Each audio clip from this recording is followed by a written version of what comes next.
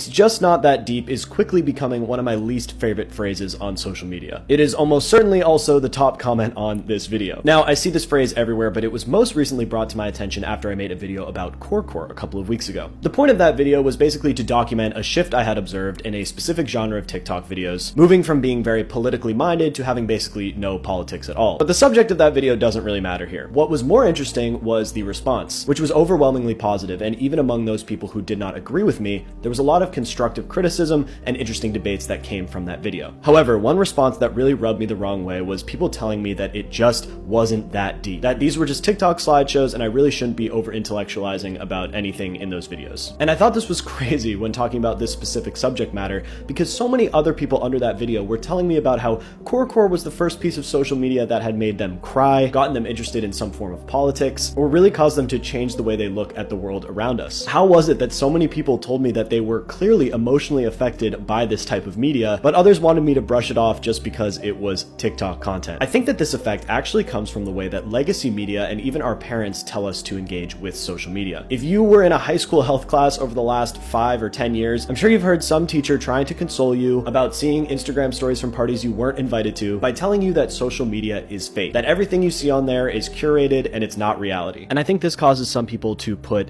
legacy media, news, and other things into the real and has effects box, and social media into the is not real, has no effects box. But that isn't actually true, is it? Sure, social media is hyper-reality, but its effects are real, and content, even exaggerated content, exists in the real world. Sorry, but your classmates are at parties, but social media doesn't tell their whole life story. It's not all just fake with no basis in reality or effect on the people watching. People spend hours and hours a day on social media, consuming comedy that may influence how they treat people in real life, or review content that affects how they consume other media, looking at only certain news sites or pundits which may shift their political views from one side to the other. Pretending that a 15-year-old that watches doomer slideshows for 8 hours a day on TikTok isn't gonna have a different worldview from their dad who comes home, watches the football game, and then goes to bed is ridiculous. And I also don't think you can have the opinion that social media is ruining the younger generation and social media doesn't matter and it's all fake at the same time. You have to pick one of those positions. In my opinion, we actually need more people analyzing social trends and what goes on social media. And that's because a large percentage of our population does not have access to that information. And I don't mean it's because they don't have iPhones.